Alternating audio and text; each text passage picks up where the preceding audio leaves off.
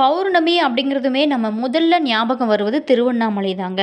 திருவண்ணாமலையில் சிறப்புமிக்க வழிபாடாக இருப்பது பௌர்ணமி நாளில் மலையை சுற்றி வந்து வழிபாடும் கிரிவல வழிபாடு தாங்க.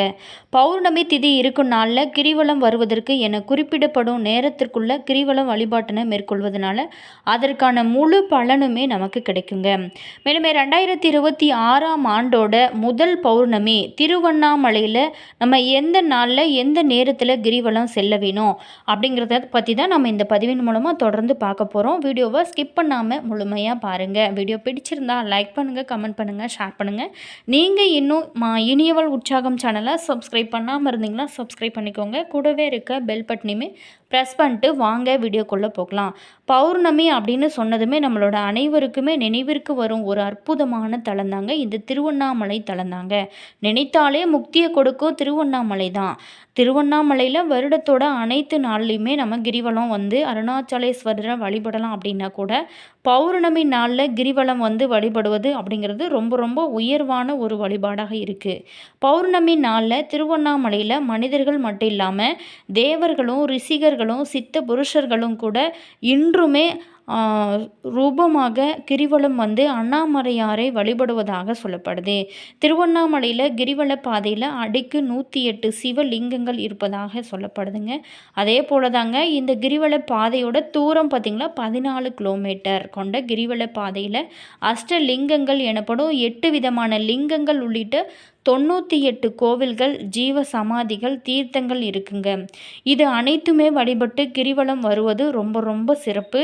திருவண்ணாமலையில் சிவபெருமானே மலையோட வடிவமாக வீற்றிருப்பதாக நம்பிக்கை இருக்கிறதுனால அண்ணாமலையை தரிசித்தபடி ஓம் நமச்சிவாயே அப்படிங்கிற மந்திரத்தை நீங்கள் மனதார சொல்லிக்கொண்டு கிரிவலம் வந்தாலே அண்ணாமலையாரோட அருளால் அனைத்து விதமான நன்மைகளும் கிடைத்தும்.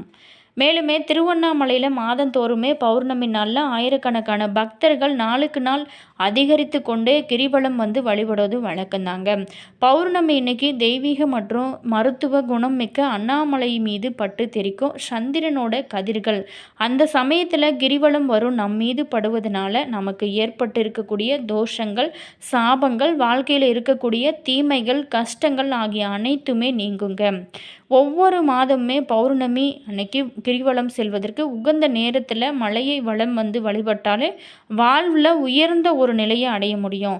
2026ஆம் ஆண்டின் தொடக்கத்தில் திருவண்ணாமலையில் பௌர்ணமி கிரிவலம் செல்வதற்கான ஏற்ற நாள் மற்றும் நேரத்தை குறித்து நம்ம பார்ப்போங்க. இந்த 2026ஆம் ஆண்டு ஜனவரி 2, 3ஆம் தேதி வரைக்குமே இந்த கிரிவலமானது நீங்கள் செல்கிறதுக்கு உகந்த நேரங்க. ஜனவரி மாதத்தில் வரக்கூடிய இந்த 2ஆம் தேதி வியாழக்கிழமை அண்டு 3ஆம் தேதி வெள்ளிக்கிழமை 4-7 மணி வரைக்குமே இருக்குங்க. இந்த நாளில் கிரிவலம் வந்தாலே உங்களோட வாழ்க்கையில் எவ்வளவு பெரிய துன்பங்கள் இருந்தாலுமே நிச்சயமாக அதற்கெல்லாம் ஒரு முடிவு கிடைக்கும். நீங்கள் இந்த டைமில் கிரிவலம் செல்வதனால உங்களுடைய மனதிலையுமே ஒரு புத்துணர்ச்சியானது ஏற்படும். அதுவும் இந்த புத்தாண்டில் நீங்கள் கிரிவலம் வரும்போது நல்ல ஒரு முன்னேற்றம் இருக்கும். இந்த 2026ஆம் ஆண்டோட முதல் பௌர்ணமி தாங்க இந்த கிரிவலம். டிசம்பர் 2ஆம் தேதி மாலையில் தொடங்கி டிசம்பர் 3ஆம் தேதி மாலை வரைக்குமே இந்த கிரிவலம் நீங்கள் செல்கிறதுக்கு உகந்த ஒரு நேரங்க. இந்த பௌர்ணமி திதியானது இருக்குது. இதில் டிசம்பர் 2ஆம் தேதி மாலை 6:11 மணி முதல் டிசம்பர் 3ஆம் தேதி மாலை 4-7 மணி வரைக்குமே கிரிவலம் செல்ல ஒரு உகந்த நேரமாக இருக்குங்க. மேலுமே இது மார்கழி மாத பௌர்ணமிங்க. ரொம்ப ரொம்ப சிறப்பு வாய்ந்தது. திருவண்ணாமலையில் பௌர்ணமி, அமாவாசை, மாதப்பிறப்பு போன்ற நாளில் கிரிவலம் செல்லலாம். ஆனால் கூட இந்த பௌர்ணமி கிரிவலத்திற்கு சிறப்பு ஆனது ரொம்ப முக்கியம் அப்படின்னு கூட சொல்லலாம். அந்த அளவுக்கு ஒரு சிறப்பு வாய்ந்தது. பௌர்ணமி இன்னைக்கு நிலவானது பிரகாசமாக இருக்கிறதுனால தெய்வீக சக்தியை நம்மளால் பெற முடியுங்க. நாம் இந்த கிரிவலம் செல்வதனால இது மன அமைதியையும் மன அழுத்த குறைவையும் தரும் தியான முறையாக இது கருதப்படுங்க. மேலுமே இந்த நேரங்கள் பௌர்ணமி திதிங்கும் தொடங்கும் மற்றும் முடியும் நேரத்தை குறிக்கிறது. இந்த நேரத்திற்குள்ளே நீங்கள் கிரிவலம் செல்வது ரொம்ப ரொம்ப நல்லது. கோவிலோட நிர்வாக அறிவிப்புகளை பின்பற்றுவதுமே ரொம்ப நல்லது. திருவண்ணாமலைக்கு கிரிவலம் சென்றாலே நம்மளுடைய வாழ்க்கையில் எவ்வளவு பெரிய துன்பங்கள் இருந்தாலுமே நிச்சயமாக உங்களுக்கு நல்ல ஒரு மாற்றம் கிடைக்கும். இந்த திருவண்ணாமலையில் அருணாச்சலேஸ்வரர் கோவில் பின்புறம் இருக்கக்கூடிய அண்ணாமலையார் என பக்தர்களால் அழைக்கப்படும் மலையை சுற்றி இருக்கக்கூடிய 14 கிலோமீட்டர் தொலைவு கொண்ட கிரிவல பாதையில் பௌர்ணமி நாளில் லட்சக்கணக்கான பக்தர்கள் கிரிவலம் செல்வாங்க. இந்த நிலையில் மார்கழி மாதத்திற்கான பௌர்ணமி கிரிவலமானது ரொம்ப ரொம்ப கூடுதல் சிறப்பு வாய்ந்தது.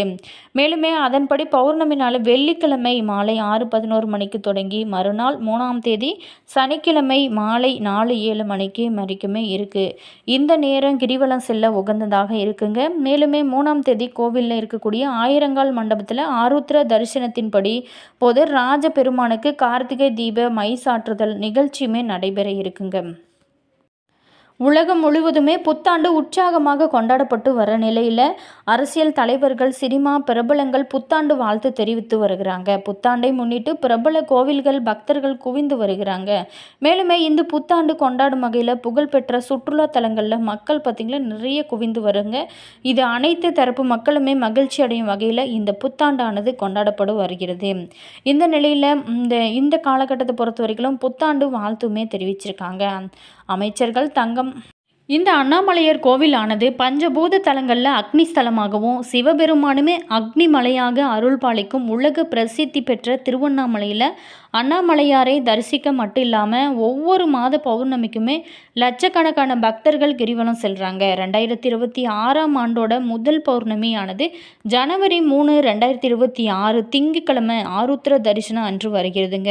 ஒவ்வொரு மாதமுமே எப்போது பௌர்ணமி வருகிறது, பௌர்ணமிக்கு கிரிவலம் செல்ல தொடக்கம் மற்றும் முடியும் நேரம் பற்றிய முழு விவரங்களுமே திருவண்ணாமலை கிரிவலம் காலண்டர் 2026 இருக்குங்க. மேலுமே இந்த கிரிவலம் செல்வதனால நம்மளுடைய வாழ்க்கையில் எவ்வளவு துன்பங்கள் இருந்தாலுமே அது சிறப்பாக நடைபெறும். என்றுமே திருவண்ணாமலையோட அருள் இருந்துச்சு அப்படின்னா நம்மளோட வாழ்க்கை சிறப்பாக இருக்கும்.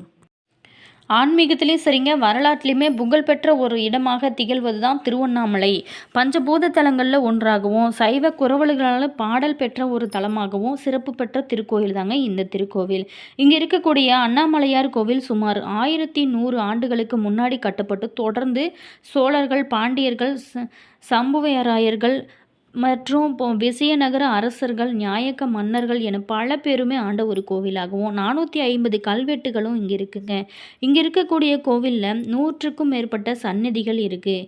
இறை உருவங்கள், செப்பு திருமேனிகள், ஓவியங்கள், அழகிய திருச்சுற்றுகள், தீர்த்த குளங்கள், ஆயிரங்கால் மண்டபம் என பல்வேறான சிறப்பம்சங்கள் கொண்ட ஒரு கோவிலுங்க.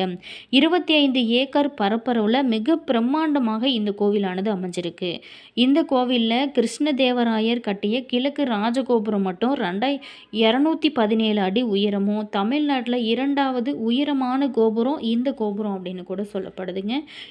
இது தவிர வல்லால மகாராஜா கோபுரம், கிளி கோபுரம் ஆகியவை எல்லாமே சரித்திரம், அம்மன் கோபுரம் ஆகியன ரொம்ப முக்கியத்துவம் வாய்ந்த ஒரு கோபுரமாக இருக்குங்க. இந்த கோவிலில் அருள்மிகு அண்ணாமலையார் உடனமர் உண்ணாமுலை மூலவராக அமைஞ்சிருக்காரு. மேலுமே மலைவள பாதையில் அமைந்திருக்கக்கூடிய எழுத்து மண்டபம் ஓவிய கூடமாக திகழுதுங்க. இது தவிர கந்தஸ்தரமும், பவளக்குன்று, ரமணாசிரமம், கிரிவல பாதை, அஷ்டலிங்கங்கள் பார்ப்பதற்கு தகுந்த ஒரு இடங்களாக இந்த இடங்கள் எல்லாமே இருக்குது. இந்த ஆலயத்தில் பல்வேறான அதிசயங்களுமே இருக்குது.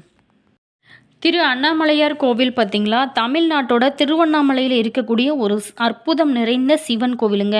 இது சிவபெருமானின் பஞ்சத்தலங்களில் அக்னி தலமாகவும், இது தேவார பாடல் பெற்ற ஒரு தலங்களில் நடுநாட்டு தலங்களில் ஒன்றாகும், திருவாசக திருத்தலங்களில் ஒன்று என்ற ஒரு பெருமையுமே கொண்ட ஒரு அற்புதம் நிறைந்த தலம்.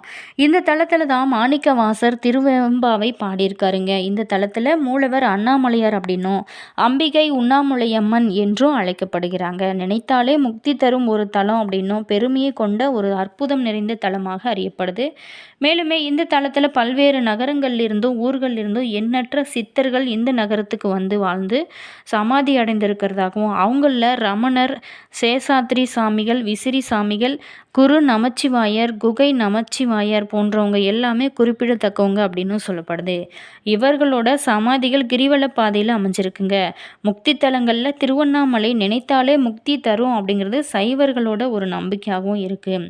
இந்த கோவிலோட தல வரலாறு பார்த்தோமா, துவக்கத்தில் திருமாலுக்கும் அவரோட நாபியில் இருந்து வெளிவந்த பிரம்மனுக்கும் தலங்களில் யார் பெரியவர் அப்படிங்கிற ஒரு சண்டை வர, அப்போது அவங்களுக்கு எதிராக சோதி பிளம்பாய் இலங்க உருவில் நீண்டு வளர்ந்து முதலிலும் முடிவும் இல்லாது நின்றார் சிவபெருமான். இருவருள் தன்னோட அடிமுதல் முடியை யார் முதல்ல அடைகிறாங்களோ அவங்க பெரியவங்க அப்படின்னு சிவபெருமான் சொல்ல, திருமால் வராகம் என்னும் வடிவம் எடுத்து பூமியை பிளந்து கீழே திருவடிகளை தேடி சென்றாரு. பிரம்மன் அன்னப்பறவை வடிவம் எடுத்து முடிவை தேடி சென்றாரு. இந்த நிகழ்வை தேவாரத்தில் திருஞான சம்பந்தர் தானுதல் செய்திரை காணிய மாலோடு தண்டாய்துரை யானும் நீனுதல் செய்தொழிய நிமிர்ந்தான் என பாடி விவரிச்சிருக்காருங்க. அதாவது நான் முகனும் திருமாலும் தேட தேட சிவபெருமான் முதலும் முடிவும் இல்லாமல் வளர்ந்து கொண்டே போனாராம். அச்சோதி பிளம்பே திருவண்ணாமலை என்பது சைவர்களோட ஒரு நம்பிக்கையாகவும் இருந்து வருது. மேலுமே இந்த ஆலயத்திற்கு சென்றாலே ஒரு நல்ல ஒரு புத்துணர்ச்சி கிடைக்கும். அனைத்து சிவன் கோவில்களோட கருவறை சுற்றி சுவரில் இடம்பெறும் லங்கேத்பவர் சிற்பம் இந்த கோவிலில் உருவானது அப்படிங்கிறதும் சைவர்களோட ஒரு நம்பிக்கைங்க.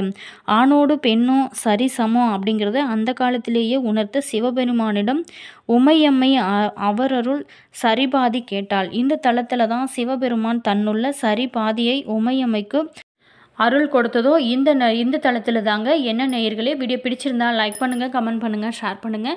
நீங்கள் இது போல் தகவலை தெரிஞ்சுக்கணும் அப்படின்னாலும் இனியவள் உற்சாகம் சேனலை சப்ஸ்கிரைப் பண்ணிக்கோங்க. கூடவே இருக்க பெல் பட்டனையுமே ப்ரெஸ் பண்ணிக்கோங்க.